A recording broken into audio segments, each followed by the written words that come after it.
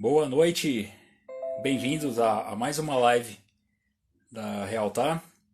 Nós estamos aqui em parceria com Tech Planner e Qualitab, todas as quintas às 18 horas, trazendo para você um competente conteúdo de engenharia. Hoje nós vamos bater um papo com o Rafael Siqueira, nosso interlocutor de todas as semanas, sobre cálculo de mão de obra.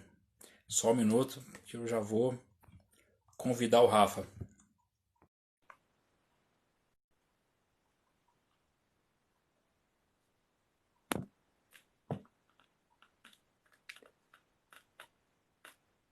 Chegando. Opa. Ô, Motoca. Salve. Beleza? Tudo bem? Como é que vai? Joia. Cara, igual da última vez, eu vou te pedir pra pôr o fone. Tá dando eco pra mim aqui. Você lembra na sua clima que era fone? Toda vez eu esqueço do bendito. Enquanto isso eu vou receber de braços abertos o Pedro Leopoldo, representando a cadeia da engenharia civil em Pedro Leopoldo. Abrilhantando mais uma live.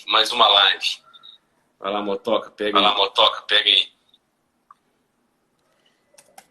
Hoje é um dia interessante. Hoje nós vamos sortear o livro Indústria 4.0. Ele tá lacrado, não consegui abrir não, mas eu dei uma lida lá no site sobre viu os capítulos e tal, parece ser bem interessante. Quem no mês de junho colaborou com perguntas, tanto na caixinha de perguntas quanto durante a live, vai participar hoje do sorteio. E é um sorteio à moda antiga, porque eu não arrumei uma forma de sortear isso de forma digital, online. Bem melhor. No velho papelzinho amassado. Moto. Me ouvindo bem? Parou de dar eco. Ah, pronto. Agora eu tenho que pôr um lembrete. Toda live eu esqueço o bendito fone de ouvido. Não, vamos lá. Vamos lá. Agora tá ótimo, porque tem coisa pior que você falar e ficar se ouvindo no eco, né? Um delay. Verdade. Cara, falta do dia, salário de mão de obra. Na verdade, custo de mão de obra. Entre elas, o salário. Cara, só falar... Quando eu falo de... Peraí. O nome dele já tá aqui, ele pôs pergunta. Ele pôs pergunta na caixa de texto, na caixa durante a live, então ele tá concorrendo também. Tá aqui, Rodrigo Augusto. Opa! Vamos lá.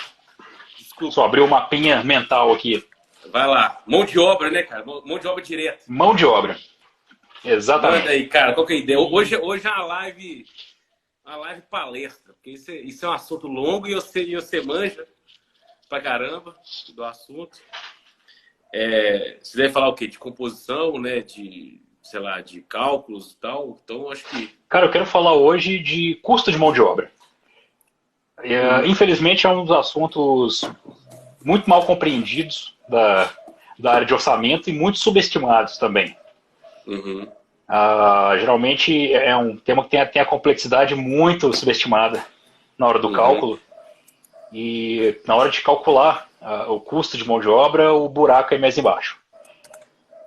Então, eu queria começar dando um panorama. Quando a gente fala de custo de mão de obra, estamos basicamente falando de custo que é aplicado numa composição de custos. Sim. Então, geralmente, na composição, o pedreiro, o oficial, o servente, a mão de obra em geral é quantificada em hora-homem. Um homem por uma hora. Então, estamos falando aqui de cálculo de custo horário. Uhum. Mas nada impede que o orçamentista ou quem estiver trabalhando nos cálculos dimensione isso por mês e divida pelo número de horas produtivas, ou já calcule direto por hora, desde que todas as disciplinas estejam cobertas, desde que o custo esteja corretamente calculado. E eu queria hoje dar uma pincelada aqui em diversos tópicos de cálculo que geralmente passam batidos, seja por desconhecimento, ou no caso especialmente na engenharia de custos brasileira, a gente não tem literatura, a gente não tem consenso técnico Orçamento é muito empírico, orçamento é muito cultural. Então, cada empresa tem seu método, seu cálculo, cada orçamentista tem suas planilhas.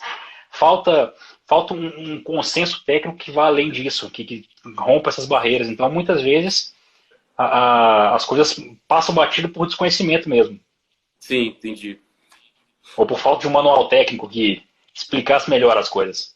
Sim. Basicamente, quando a gente fala de cálculo de hora-homem, vou usar como exemplo aqui um cálculo de um pedreiro, por exemplo, nós somos basicamente quatro grandes grupos de custo. O primeiro é o salário base. O segundo, encargos sociais. Terceiro, adicionais exigidos pela convenção coletiva. E por último, o que eu chamaria de custos conceituais ou contextuais. Sim. Então vamos repassar rapidamente cada um deles. O primeiro grupo, que é o salário base, é de fato quanto teoricamente o funcionário põe no bolso. É o salário, quanto o cara ganha mesmo, quanto o cara percebe de rendimento. Esse número ele vem da convenção coletiva. Cada município brasileiro costuma anualmente soltar uma convenção coletiva do trabalho, que é um acordo entre o sindicato de mão de obra e o sindicato patronal, o sindicato dos construtores. Todo ano eles negociam e definem o piso da categoria, qual é o salário mínimo para cada categoria profissional. Oficiais, serventes, ajudantes ou meio-oficiais e vigia. Algumas convenções vão um pouco além, estabelecem também encarregado, técnico de segurança, mas as funções de mão de obra direta, que é oficial, meio-oficial e servente, essa é unânime. Independente de que disciplina que o cara trabalha? Por exemplo, o meio-oficial é meio-oficial de pedreiro, de instalador, de pintor, né? Varia de convenção para convenção. Tem convenção que estabelece simplesmente as 3 categorias: oficial, meio-oficial, servente. E tem convenção que desmembra melhor. Oficial, pedreiro, pintor, carpinteiro. Inclusive tem convenções que criam a figura do oficial superior, que é o pedreiro de acabamento, o carpinteiro, o telhadista. Mas acho que para ser objetivo, como estamos em Minas, a gente podia usar a Convenção de Belo Horizonte como exemplo. A Convenção de Belo Horizonte estabelece oficial, meio-oficial, servente e vigia. Sim. São as 4 categorias cobertas pela nossa convenção. Então ali tem o salário mínimo, o piso de categoria. Dali para baixo não pode. Mas dali para cima pode. Sim. Mas eu vou entrar nisso no final, no custo contextual, quando eu estiver falando de flutuação de mercado. Sim. Tem pergunta sobre isso. Vai ser bom. Vai lá. Ótimo. Então, esse é o ponto de partida, é o piso da categoria, é o primeiro input do cálculo. O segundo são os encargos sociais. No caso, todo Sinduscom costuma ter uma composição padrão, que costumam ser excelentes pontos de partida para cálculo. No caso do Sinduscom Minas Gerais, ele tem uma composição disponível para downloads no site, que não só é aquela tabela com INSS, SESI, SENAI, FGTS, como também tem as memórias de cálculo dos percentuais. Por exemplo, tem um tópico que é o auxílio paternidade, então ele tem uma memóriazinha de cálculo com base em dados estatísticos do IBGE, informando ali X% dos funcionários em faixa etária entre X e Y vão ter filhos durante a obra. Então, esses percentuais não são... Você tentar seguir ali, né? Interessante. Sim. Era baseado em estatística oficial, por exemplo. Exatamente, não é arbitrário, ou seja, tem ali uma premissa, uma memória de cálculo por trás daquele percentual. É importante saber isso.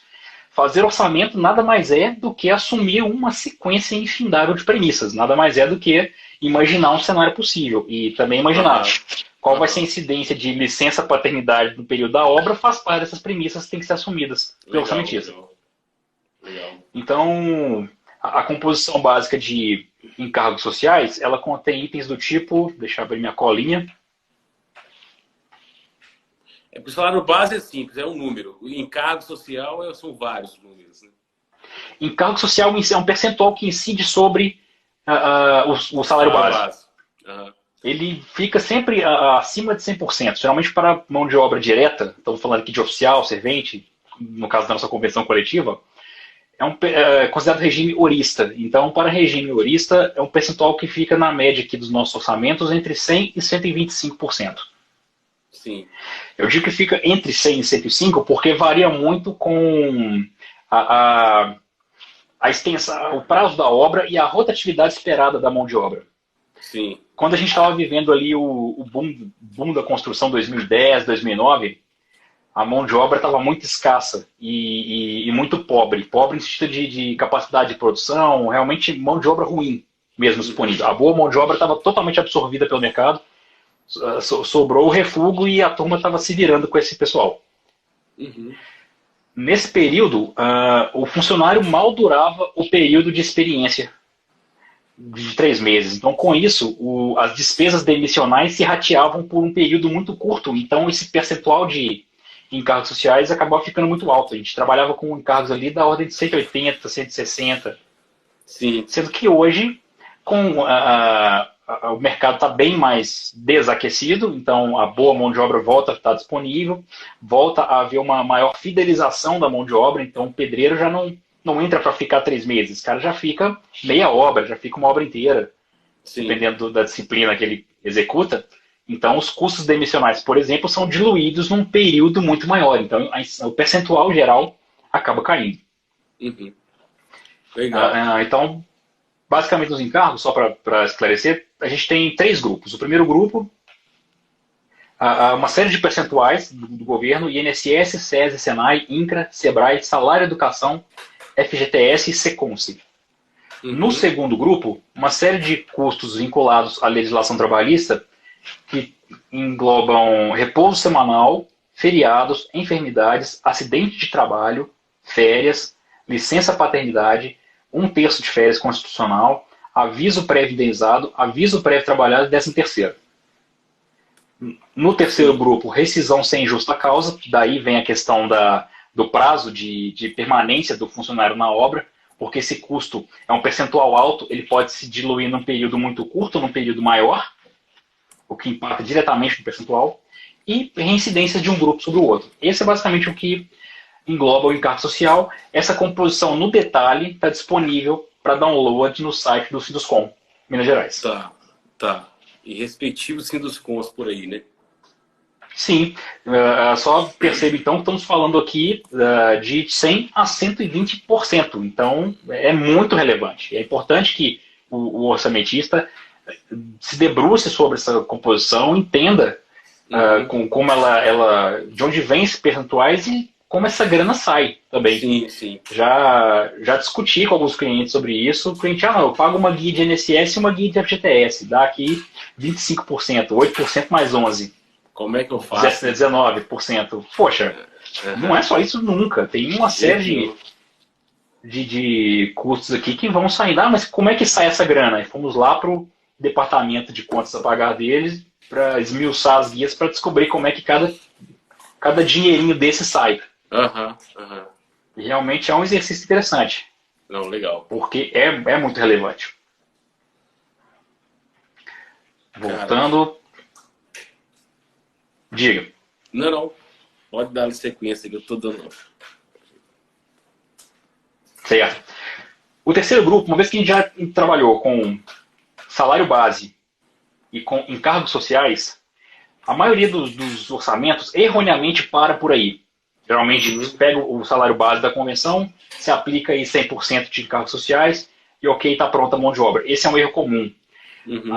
É necessário, como eu disse, existe a convenção coletiva e ela estabelece, entre outras coisas, o salário base, o piso da categoria. Só que ela também estabelece uma série de outras exigências, uma série de outros custos que incidem sobre a mão de obra, e são custos pesados. Então, quando estamos falando aqui de convenção coletiva, no caso da convenção de Belo Horizonte, estamos falando de, por exemplo, vale transporte, EPIs, exames médicos que tem os admissionais, os exames periódicos, geralmente a cada 6 meses, de acordo com a permanência do funcionário na obra, e os exames demissionais. Ao ser demitido, o funcionário faz um exame para comprovar que ele não adquiriu nenhuma patologia durante o trabalho.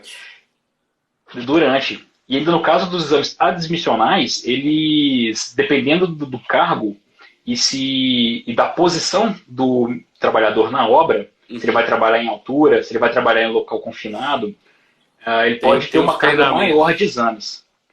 Não, estou falando de exames ainda. Ele pode ter uma série de exames. Eletrocardiograma, exames...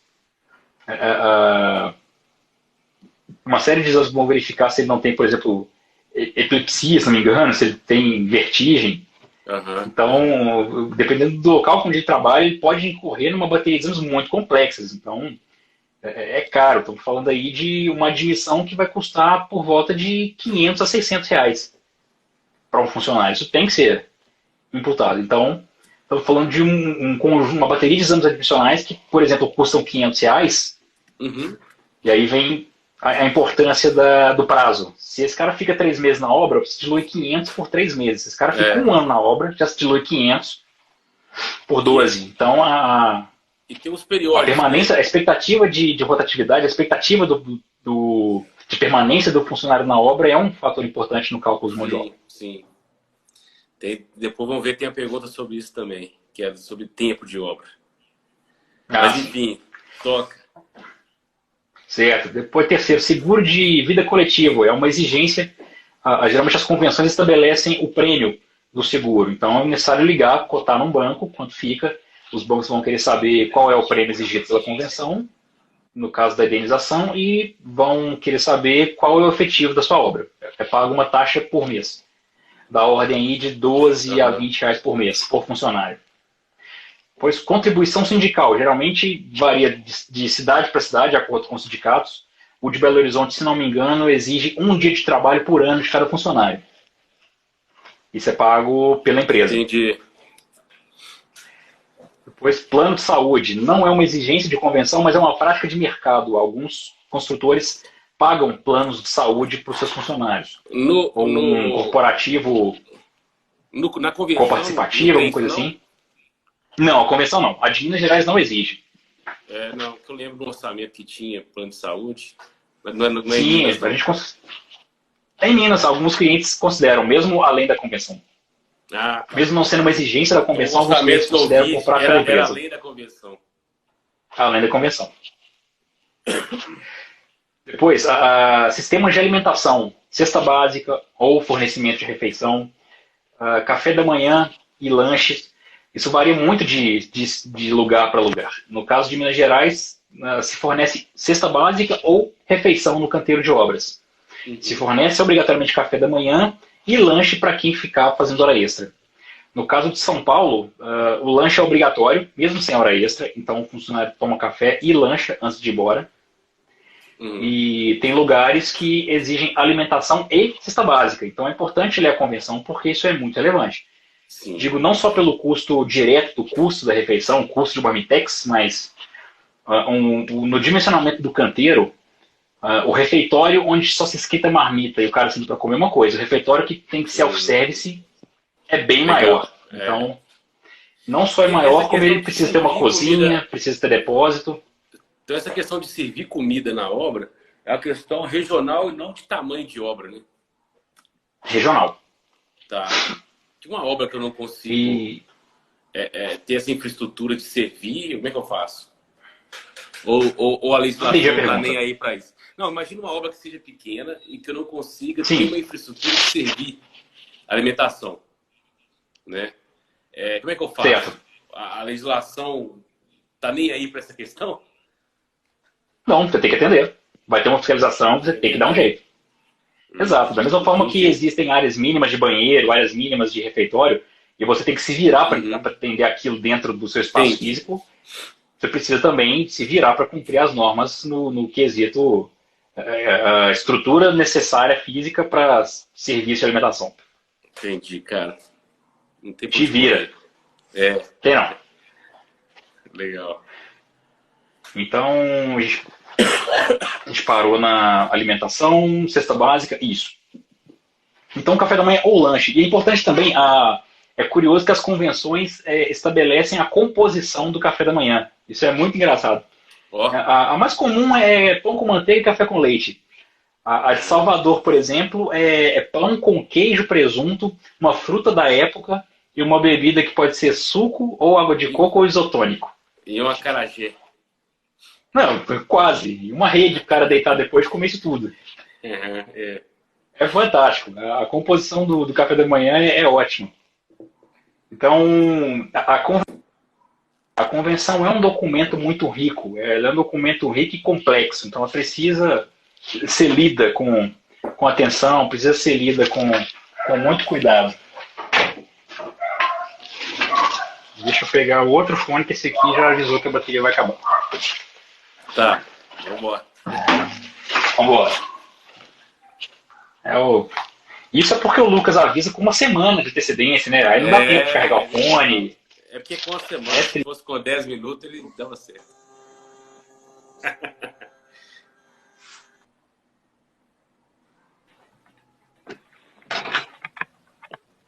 Bom, agora... Tá me ouvindo? Ainda não. Tá. Conectando.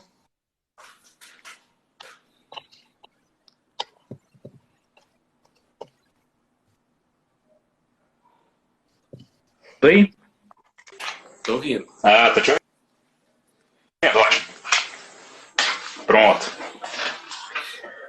Então, cobrimos aqui, eu falei que nós temos 4 caixas, né? Salário base, encargos sociais, adicionais exigidos pela convenção coletiva, custos conceituais. Sim. Ok, aqui o bicho pega. Aqui conceituais ou contextuais.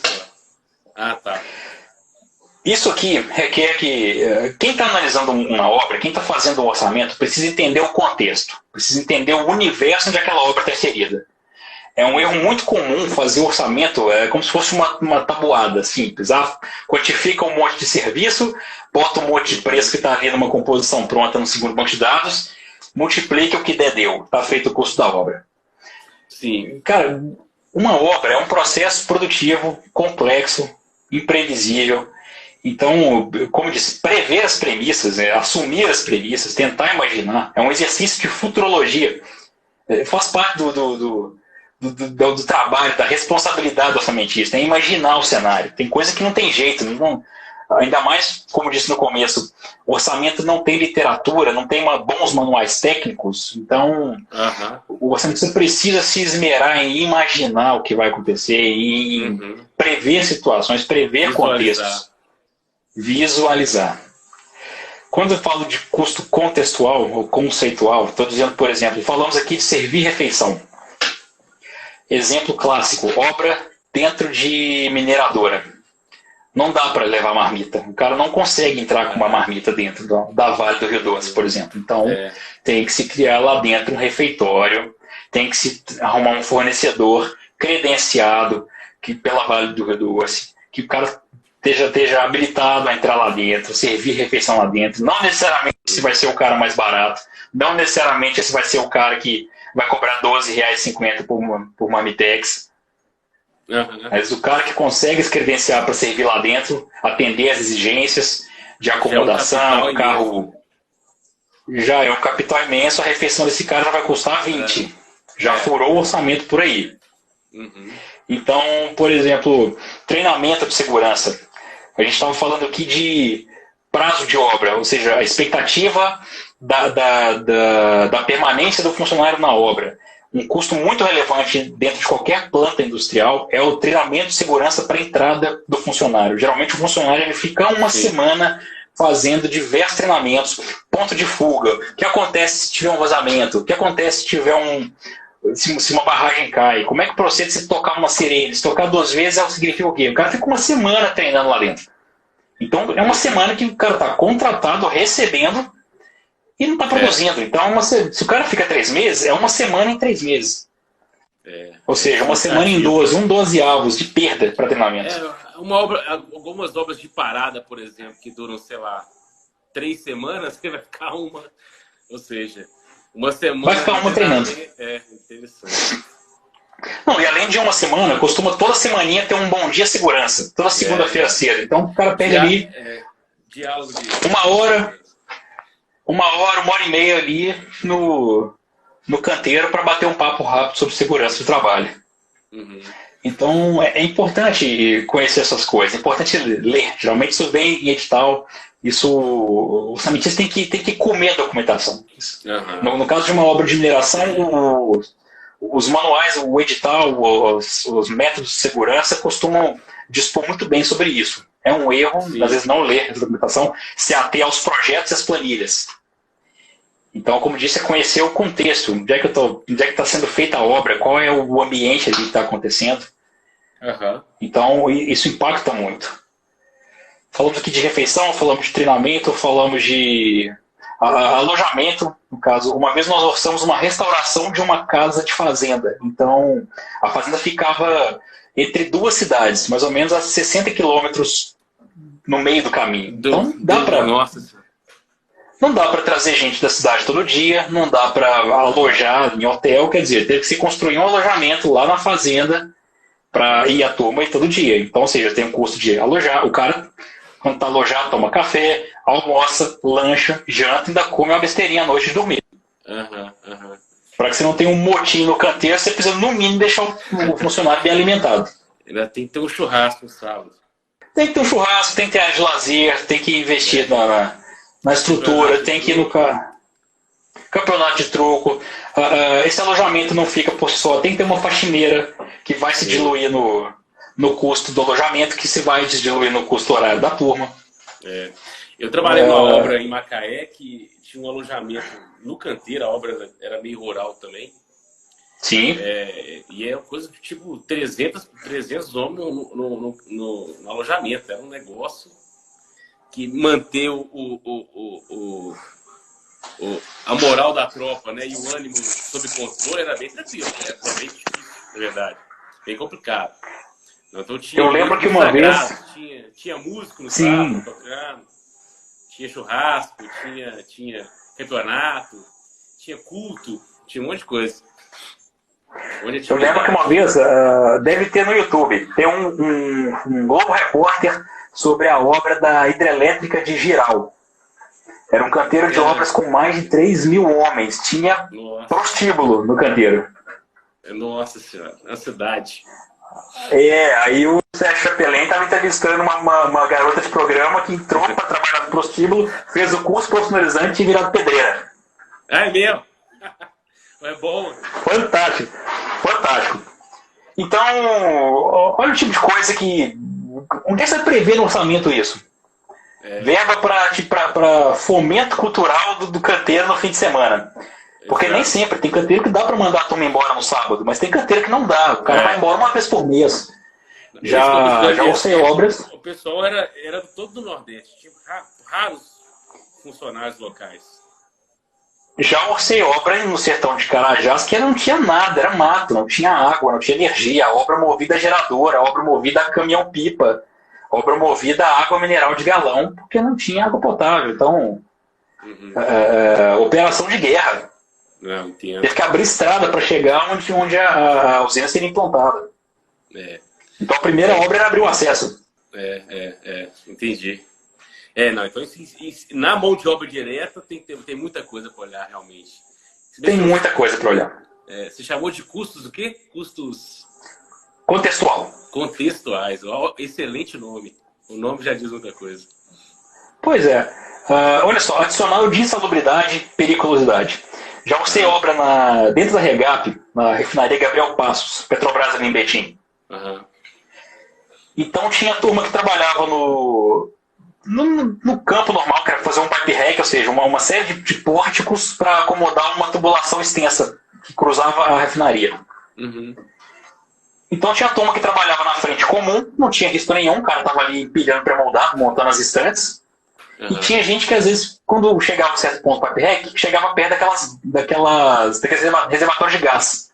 Sim. E aquilo ali é um constante de explosão. Então o cara, quando estava perto do reservatório de gás, ele estava ali submetido a periculosidade. Então isso gerou um problema gigantesco, porque mais ou menos 15% da turma trabalhava perto desses tanques, então 15% da turma trabalhava ganhando adicional de periculosidade. Sim. Só que aí o resto da turma que não trabalhava perto ficava indignado. Pô, o cara trabalha 30 metros ali e ganha 30% a mais do que eu. Por quê? Fazendo a mesma coisa. Então, cara, isso gera... isso na cabeça do cara, né? Como é que explica? Então isso dá um motim na obra. Então se dá greve geral na obra. Então o que acontece? Prega todo mundo, não tem jeito.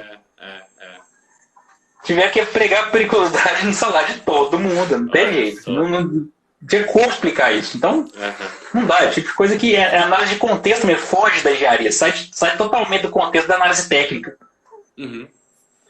É imaginar cenários mesmo. Adicional de trabalho noturno, obra de shopping, fase final de shopping é um problema, porque shopping, cada mês de atraso, além do atraso de obra, é o mês que o shopping deixa de dar renda em aluguel. Então, é o prazo que a turma zela muito pelo prazo de obra, no caso de obra de shopping. Nós fizemos então vai chegando aqui...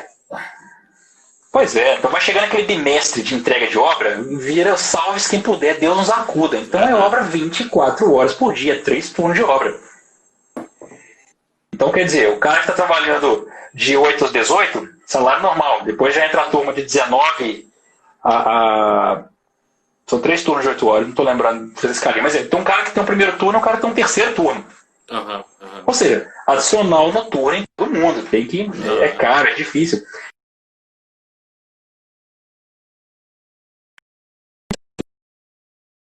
Tem a mesma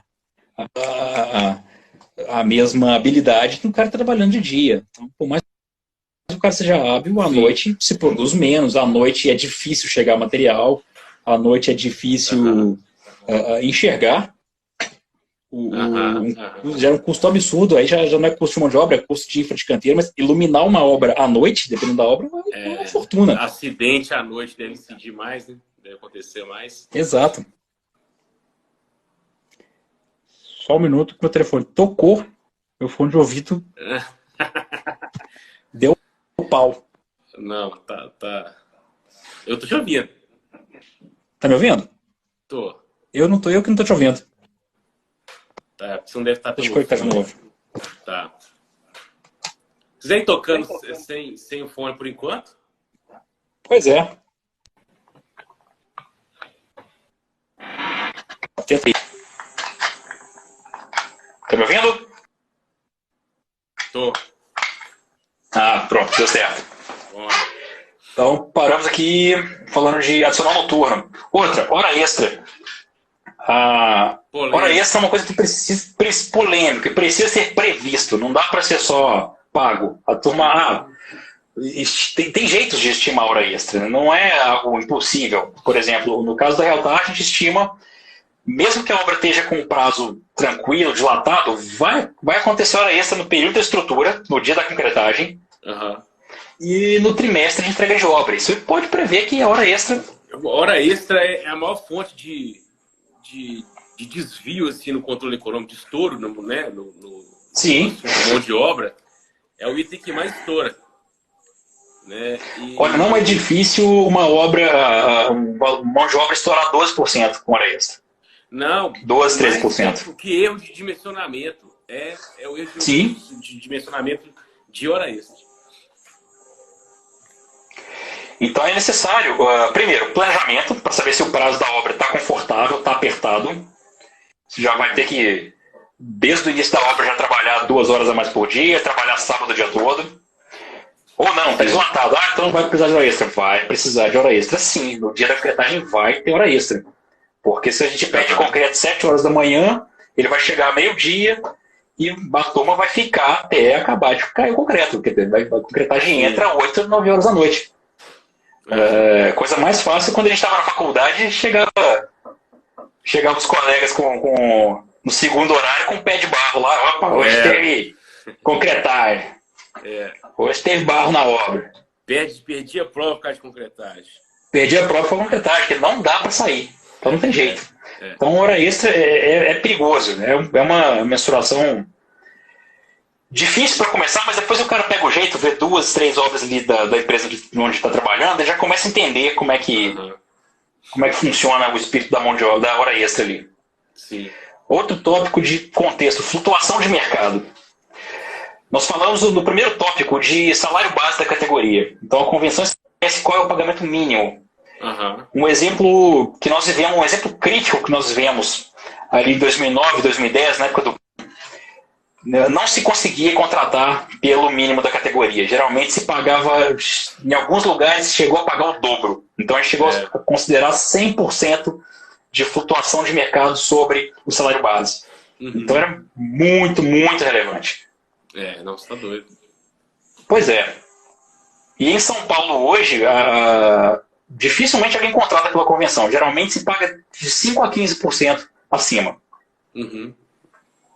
Eletricista e bombeiro não se contratam. Mas hoje a gente está em época de mercado fraco. Então a relação procura e oferta e demanda equilibra a coisa. Mas o mercado empina um pouquinho, a mão de obra já fura. Já dá flutuação de mercado, já dá um percentual mais relevante. Dentro desse assunto de flutuação, tem também os reajustes, né, via convenção coletiva, que muitas vezes passam, ou na época lá, né, o exemplo que você deu, passavam o próprio CUB e outros, e INCC, etc., né? Ou seja, às vezes você ia esperando uma variação em torno do INCC e eles viam acima ainda, né?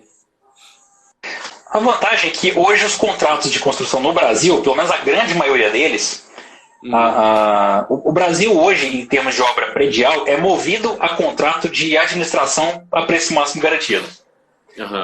Então esses contratos, via de regra, são indexados pelo INCC. Então a obra a cada 12 meses tem o seu orçamento atualizado pelo INCC. Mas no caso de uma obra muito curta, ou de uma obra travada que eu digo assim, o custo cravado e não vai ter nenhum tipo de indexação ou de reajuste, é necessário que já se entre provisionado. Então, por exemplo, se eu vou fazer uma obra de 6 meses, que está começando em setembro, eu sei que no meu terceiro mês já vou ter uma incidência de dissídio. E como a obra tem 6 meses, então não vai dar tempo do meu contrato ser reajustado pelo INCC para que eu consiga recuperar um pouco desse acréscimo. Então é importante que já se faça essa ponderação para verificar qual vai ser a modalidade de contrato, como vai ser quais vão ser as cláusulas de reajuste de contrato, se é que vão haver, para que se entre provisionado.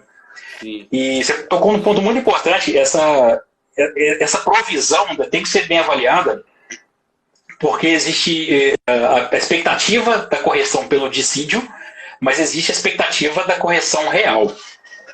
Dissídio e INCC não são tão confiáveis assim. Nós percebemos ali na época do boom, o INCC bater ali 15% num ano e a gente viu Forma dobrar de preço. Forma eu lembro. Por outro lado, exato. Agora, por outro lado, nós estamos em 2020, esse ano nós reorçamos muitas obras de 2013, clientes retomando empreendimentos na expectativa de saída da crise. Então, enquanto de 2013 para 2020, o INCC, se não me engano, acho que deu 12%, nós tivemos na prática um deságio, uma redução de custo de quase 10%. Interessante. Inclusive na mão de obra. Então, é importante... Em relação ao valor de 2013? Em relação ao valor de 2013. Nossa! Então, não é só 10%, é também a inflação de lá até aqui. É também a inflação de lá até aqui. Nossa, exatamente. Então foi muito interessante, a gente pode... Isso dá quanto total? Chega a uns 30%? Você pegar as 10%? Não. De 2013 para cá, a 2020, 10%. Tá, entendi. Porque aço subiu muito, depois caiu. Concreto teve pequenas variações. Mas sobe, desce, e mão de obra cai. E a turma veio segurando. Teve 2, 3 dissídios que os empreiteiros simplesmente não conseguiram repassar. O cara trabalhando enforcado, o cara absorvendo dissídio para ter trabalho. Então o indicador econômico é muito importante quando a gente tem essa visão de mercado, consiga acompanhar isso para que não seja enganado pelo indicador econômico. O índice é um bom indicador, mas ele falha também. Como ele é um indicador estatístico, ele leva várias coisas, nem sempre ele vai estar bem aderido à realidade. Além da flutuação de mercado, o que nós temos? Falamos de provisionamento de dissídio, falamos de reajuste, treinamento de segurança, já falamos, aprovisionamento para ação trabalhista. Em canteiros pequenos não faz muito sentido, mas como a gente falou do canteiro da hidrelétrica de Giral, canteiro de 3 mil homens, Eu trabalhei alguns anos orçando obras industriais e aí os efetivos eram grandes. Geralmente, raramente um canteiro baixava de 1.000 homens. Então, se calculava uma provisão para indenização de ação trabalhista. Uhum. Mesmo que entrasse tudo direitinho, todos os encargos, tudo nos conformes, dentro das normas, tinha uma incidência muito grande de ação trabalhista. E isso se acentua nos momentos de crise, como nós estamos vivendo, porque quando a turma fica desempregada, a ação trabalhista acaba sendo uma forma de ganhar dinheiro. Sim, sim, sim. Então, acaba sendo a única forma de provento. Sim, sim. Muitas vezes. Então, é importante em efetivos grandes, eu acho que vem vale a pena. Depois, né, cara? Vem depois, quando você já encerrou o custo da obra. Isso. Né? Você tem até 5 anos, né? Para poder... Acho que sim. Até 5 anos.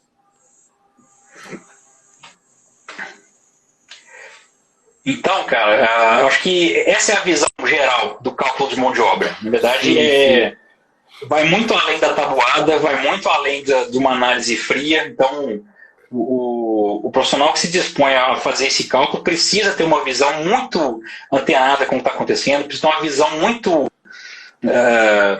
ampla do contexto para poder calcular essas coisas corretamente. Então, só fazendo a revisãozinha, uns 4 caixas. Ponto de partida, salário base da categoria, encargos sociais, vão da ordem de 100% a 120% hoje, adicionais de mão de obra, que costumam ficar aí na casa de 10% a 20% sobre o salário base, e custos de contexto, custos contextuais. Sim. Esses dependem, variam. Esses vai da situação, é importante avaliar a situação. Pode ser pouco ou pode ser muito relevante. Sim, sim. Importante que quem está nesse cálculo, quem está à frente disso aí, esteja muito atento ao cenário com que ele está se deparando, ao cenário que ele vai enfrentar com essa obra. Mota, nós separamos aqui, 2 eu já tirei porque você já respondeu. Tem mais 5 perguntas aqui. Vão para elas, que hoje ainda tem que fazer o sensacional sorteio do livro. Então vamos. Vamos lá. A live é 1h e 40 minutos. Um orçamento. Cara, nunca dá 40 minutos, né? Mas cai com 1h. Vamos ficar atentos. Não, tudo bem. Não, temos 20 minutos. Temos. Como prever em um orçamento a produtividade de mão de obra? Produtividade, como prever produtividade, isso aí. Ou seja, na hora de fazer a CPU, como prever aquele índicezinho de hora-homem por metro quadrado? Né? Então, sim. Eu imagino que a pessoa queria saber como você faz isso. Existem alguns serviços que têm produtividades clássicas. Por exemplo, alvenaria. Tem um índice aí de 8 metros quadrados por dia. Um pedreiro mediano tem que fazer 8 metros quadrados por dia. Lógico que tem o cara incompetente que faz 4 e o cara ninja que faz 20. Mas é necessário que se pondere isso. Por exemplo, um muro, uma alvenaria perimetral, que são panos longos, corridos, retos, esse dá mais produção. Agora, aquele banheirinho recortado, cheio de junta de amarração, esse é menos produtivo. Né? Isso. Então é importante ponderar a situação. Mas, via de regra, isso é fácil de encontrar na internet, isso é fácil de encontrar em TCPO, pelo menos um índice de referência. O ideal é partir da referência e ir aferindo seu banco de dados à medida que você progride nos trabalhos. Inclusive, já emenda com a pergunta aqui. Vocês poderiam indicar literatura para extração de índice de produtividade? Você falou aí. TCPO tá sempre... Desde a época de papel, né? Hoje o CPO já tem um tempo que já não solta as edições de papel, mas eu acho que é mais lembrado, não tem jeito, né, cara? Com certeza. Né? Não, mas tem o Stabile, também é bom. Tem o Sinap. Já falamos do Sinap aqui. O preço do Sinap é ruim, mas a composição é boa. Cara, o plano, você está fazendo a pergunta aqui. No cenário pós-Covid, com caixa baixo das empresas, é provável que um congelamento dos preços de mão de obra... Cara, mão de obra direta tem sindicato, né? Você não vai reduzir o preço da mão de obra, o sindicato não vai sair uma convenção coletiva com preço de mão de obra abaixo, reduzindo, né? Mas já aconteceu. Então eu digo assim, sim e não. Por um lado, o sindicato não vai permitir, jamais. O que pode acontecer oficialmente é ter um dissídio baixo. Mas jamais um congelamento. Porém, na prática, isso vale para mão de obra própria. Agora, como a maioria dos contratos hoje é com empreiteiro, terceirizado, então o empreiteiro você não negocia salário, nem negocia custo hora, você negocia custo por serviço. Esse custo por serviço pode ser congelado. Então, que é o que aconteceu nesse período de 2015 para cá. Já tivemos vários dissídios e os empreiteiros congelaram seus preços. Quer dizer, chegava novembro, dava 6, 7% de dissídio e o preço de metro quadrado de alvenaria não subia 7%, ficava na mesma. Então, quer dizer, lei de oferta e demanda, lei de oferta e procura, olha, tem uma outra obra, se você quiser fazer essa outra obra para mim, você vai ter que manter seu preço. O cara faz o que o cara mantém. Sim. É política de sobrevivência. Exato. Então, respondendo a pergunta do Planas, deixa eu só sintetizar a resposta do Planas. Oficialmente, não há o congelamento, mas na prática há. Sim. Como considerar em orçamento, essa é boa, hein? Premiações por produtividade em equipe. Como considerar em um orçamento? Então, acho que a pergunta vai desde isso já vai estar incidindo na hora homem, vai ser um item à parte, e como calcular e chegar no tamanho disso, né? Sim. Você discute isso com seus clientes? Isso vira assunto para a obra, não? Antes da obra, sim. Em alguns casos, o cliente já pode criar, no cálculo da mão de obra, um percentual para provável premiação. Ou seja, ele imagina, como disse, meio premissas. Então, o cliente pode criar um tópico no cálculo de mão de obra, por exemplo, prevendo que 40% dos funcionários vão se destacar e vão ganhar 10% de bônus. Então, já pode ser um valor ponderado para isso. Ou dentro da composição, ele pode ter o valor pedreiro servente para execução e ele pode ter um insumo, produtividade, aí um percentual daquele valor. Mas aí essa ponderação sempre tem a ver qual é o valor do abono e qual o valor da turma que vai conseguir esse abono. Sim. É sempre um produto desses dois elementos. Deixa eu te fazer outra pergunta. Qual que é o formato de premiação que você mais encontra? Porque eu já vi vários que falham, que no final não dão certo. Qual que você tem encontrado mais aí? O que eu mais vejo é transformar o pedreiro próprio numa espécie de empreiteiro. Então, ou seja, fechou a pedreira na obra. O que seria o normal? Vai fazendo alvenaria aí, beleza. Para forçar o cara a produzir mais, então eles falam, você vai receber por metro. Então o cara começa a produzir para receber, estabelece um valor por metro quadrado. Ele no mínimo tem que produzir o salário dele. Aí geralmente o cara, dentro desse método, recebe o salário dele. Se ele receber menos, ele recebe no mínimo o salário. Tá. Mas ele já fica na mira para ser mandado embora.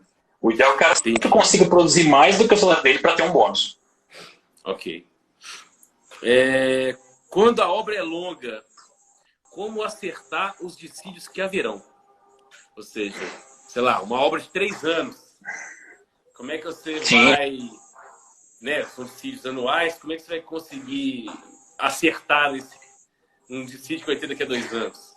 Acho que por um lado...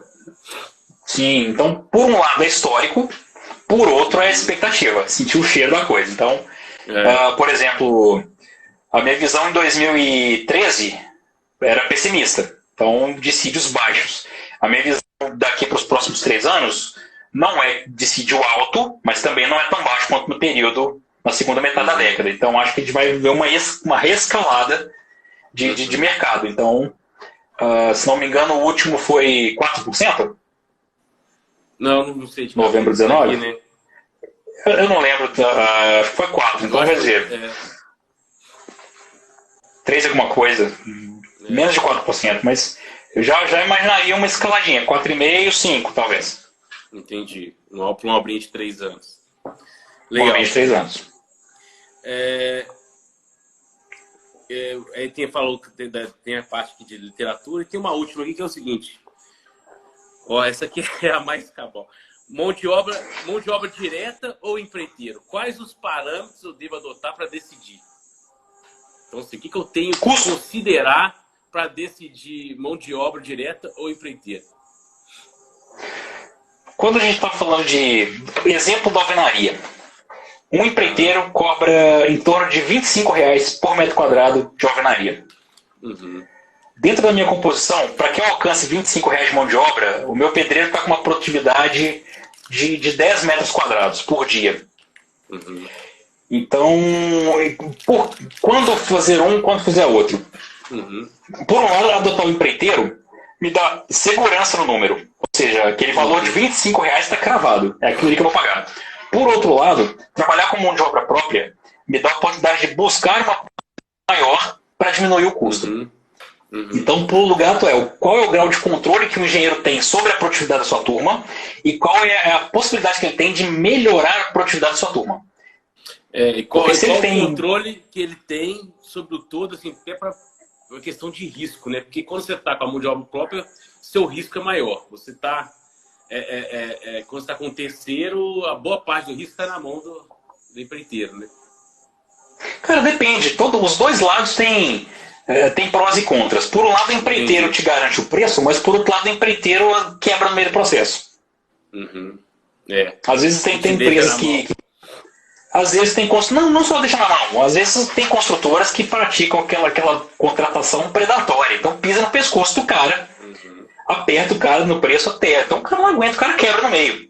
Não faço conta. Então, exato. Então tem prós e contras. Tem gente que lida bem, tem construtoras que têm uma mentalidade primarizante, então tem bons mecanismos de aferição de produtividade e bons mecanismos de planejamento, de controle e de estímulo à produtividade. Então funciona, a turma produz do caramba.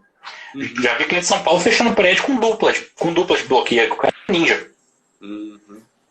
Não, mas agora, por outro lado, tem aí a mão de obra tem risco trabalhista, tem risco de produtividade. Como a gente já falou em algumas lives aqui, a produtividade do cara ela é impactada por infinitos fatores, né?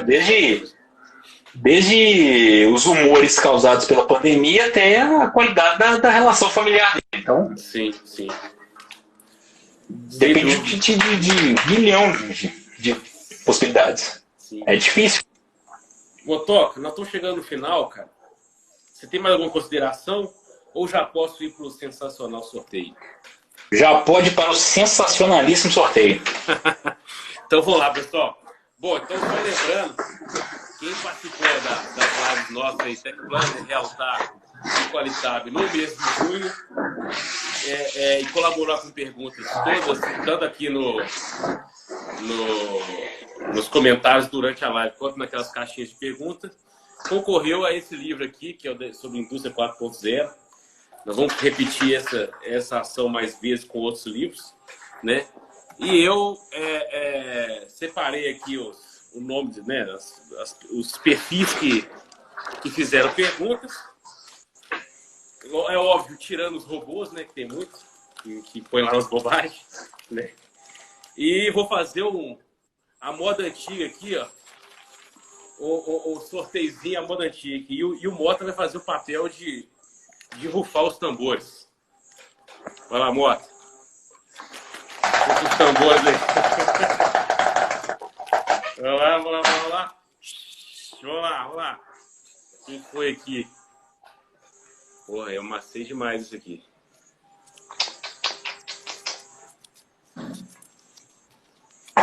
Porra! Não sei se vai dar pra ver, velho. Aí, Mota. Não, tá um garrancho. Vai lá. Camila Barcelos! Eu sei que vai entregar aí, ó. Pronto! A Camila colaborou com a gente. Ela não apareceu hoje assim. Pronto! Ela sempre aparece nas lives aí, não apareceu hoje. Mas vai Camila Barcelos! Seu nome e seu bairro! Vamos fazer chegar na casa dela, na mão dela aí. Pronto. Mas é isso aí, doutor. Muito obrigado, valeu. Foi bom assunto importante, assunto cheio de porém. Né? Cara, eu te agradeço aí. Né? Assunto que o pessoal erra muito em orçamento. Sim. A gente que controla vê muito isso, né? Muito erro na hora de compor mão de obra direta, que parece algo simples, mas deu para ver que não é verdade. Né? É bem subestimado, é bem mais complexo que parece. Isso aí. Mas beleza, cara. Então eu te agradeço. Obrigado pela interlocução. Isso, valeu. E muito obrigado. Até a próxima, cara. Até a próxima, Rafa. Valeu. Um abraço.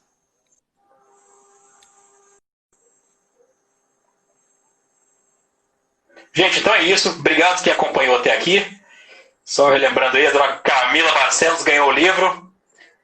E boa noite a todos. Até a próxima live, toda quinta-feira, às 18 horas. Fazendo para você um conteúdo competente de engenharia. Até mais.